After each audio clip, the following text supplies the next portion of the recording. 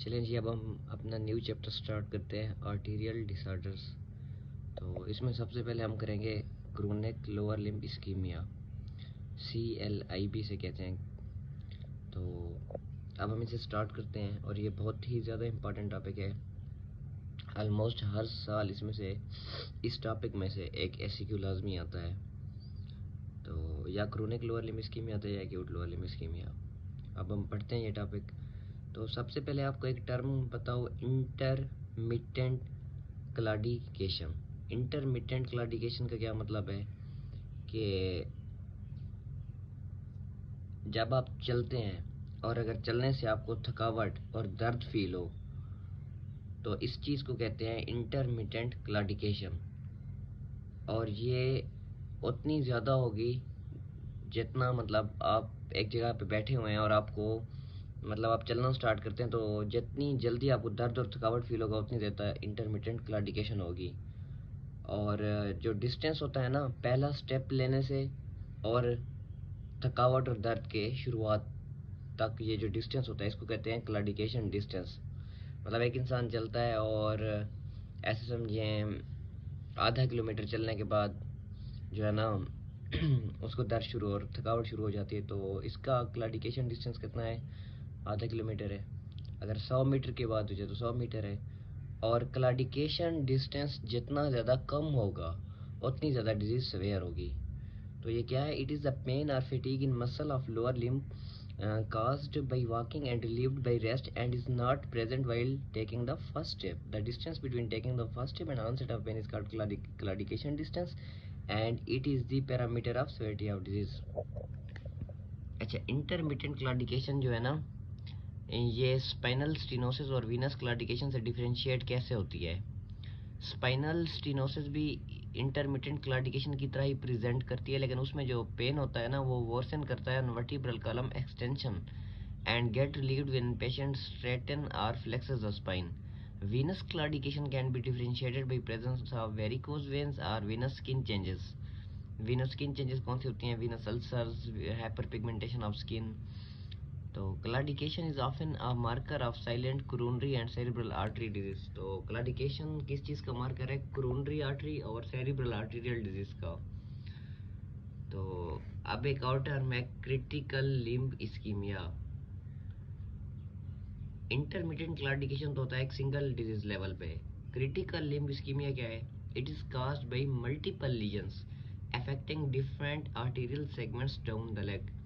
जो critical limb ischemia होता है ना, इसमें इस्कीमिक रेस्ट पेन होता है, इसमें tissue loss in the form of ulcers होता है, गैंग्रीन होती है और लो एंकल ब्रेकियल प्रेशर इंडेक्स होता है। और इन चीज़ों को हम आगे डिटेल से पढ़ेंगे, ठीक है। क्रिटिकल लिम्ब इस्कीमिया में जो मेन यानी कि कैरेक्टरिस्टिक्स है ना, अब हम डिटेल से एक एक को पढ़ते हैं। तो सबसे पहले हम पढ़ते हैं इस्कीमिक रेस्ट पेन क्या है।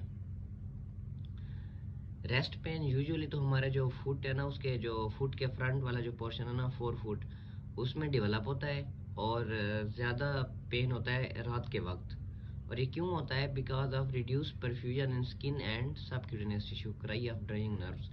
क्योंकि जब कोई आर्टीरियल डिसऑर्डर होगा तो आपकी पेरिफ्री को, आपके फुट वगैरह को ब्लड सप्लाई तो पूरी पूरी नहीं मिलेगी। जब ब्लड नहीं मिलेगा उनको तो इस्कीमिया की वजह से आपको पता है पेन होता है, तो उनमें पेन तो होगा और उसको कहते हैं इस्कीमिक रेस्ट पेन। तो अब ये क्यों होता है? Because of loss of beneficial effect of gravity and reduction in blood pressure and cardiac output that occur during sleep. Sleep में फर्दर बीपी और कार्डियक आउटपुट कम हो जाती है तो और कम ब्लड जाएगा, इसलिए पेन प्रोमिनेंट रेस्ट और स्लीप में होता है। The pain is so severe that it awakens the patient from sleep. इतनी शिद्दत से दर्द होता है कि जो पेशेंट सो रहा होता है वो भी उठ जाता है। और दर्द जो होता है ना, ये रिलीव कैसे होता है? By hanging the limb out of the bed. जब आप मतलब बिस्तर से अपने जो टांगे हैं ना उनको बाहर लटकाएं तब। और ऐसे पेशेंट्स जो होते हैं ना वो कोशिश करते हैं कि वो चेयर पे सोएं। और जब चेयर, क्योंकि चेयर पे सोने से उन्हें इतना दर्द नहीं होता, जब वो सीधे लेट के सोते हैं बेड पे तो उनको दर्द होता है। तो चेयर पे सोने का नुकसान क्या है? चेयर पर सोने की वजह से उनको हो सकता है डिपेंडेंट एडिमा, ठीक है। तो एडिमा जो होता है ना वो इंटरस्टिशियल टिश्यू प्रेशर इंक्रीज करता है, जिसकी वजह से आर्टीरियल परफ्यूजन फर्दर कम होती है, और इसकी वजह से मतलब विशियस साइकिल स्टार्ट हो जाता है। एक तो पहले से आर्टीरियल परफ्यूजन कम थी, उसके बाद ये डिपेंडेंट एडिमा हुआ है, उससे मज़ीद परफ्यूजन कम होगी, फिर मज़ीद एडिमा, मज़ीद परफ्यूजन कम, इस तरह मतलब ऐसी साइकिल स्टार्ट हो जाती है ना, जिसकी वजह से जो हमारे लिम्स है ना उनमें पहले अल्सर बनते हैं, फिर गैंग्रीन, और अगर ट्रीटमेंट ना हो तो हमारा लिम्ब लॉस और हमारी डेथ भी हो सकती है। तो इसके बाद है कि नॉन हीलिंग अल्सर, जो पेशेंट जिनमें आर्टीरियल इंसफिशिएंसी हो ना उनमें नॉन हीलिंग पेनफुल अल्सर होते हैं। और कहाँ पे होते हैं, बस आपको ये पता हो कि आर्टीरियल, जैसे डायबिटिक अल्सर्स होते हैं वो पेनलेस होते हैं, आर्टीरियल अल्सर्स बहुत ज़्यादा पेनफुल होते हैं, नॉन हीलिंग होते हैं और डिस्टल फुट और टोस पे होते हैं। अब गैंग्रीन क्या है, ब्लड सप्लाई किसी एरिया की लॉस हो जाए और इस हद तक लॉस हो जाए कि उस एरिया की नेक्रोसिस हो जाए, डिस्ट्रक्शन हो जाए, और वो भी विजिबल नेक्रोसिस हो, माक्रोस्कोपिक, मैक्रोस्कोपिक हो, माइक्रोस्कोपिक नहीं, तो उसकी वजह से फिर गैंग्रीन हो जाती है। तो इसके बाद है एरेक्टाइल डिसफंक्शन। तो impotence along with buttock pain can result from aortoiliac obstruction। aortoiliac obstruction को वलेरी सिंड्रोम भी कहते हैं। aortoiliac obstruction में अगर बटक पेन और impotence हो तो erectile dysfunction हो सकता है, और ये क्यों होता है, due to lesion of hypogastric arteries, और ये चीज़ एमसीक्यू के लिए बहुत ही ज़्यादा इंपॉर्टेंट है। इसके अलावा sensation, sensory abnormality arterial stenosis में क्रिटिकल लिम्ब इस्कीमिया में नहीं होती। अगर सेंसेशन डिक्रीज हो तो आप पेरिफेरल न्यूरोपैथी, डायबिटिक न्यूरोपैथी को सस्पेक्ट कर सकते हैं। आर्टीरियल इनसफिशिएंसी में सेंसेशन इंटैक्ट होती हैं।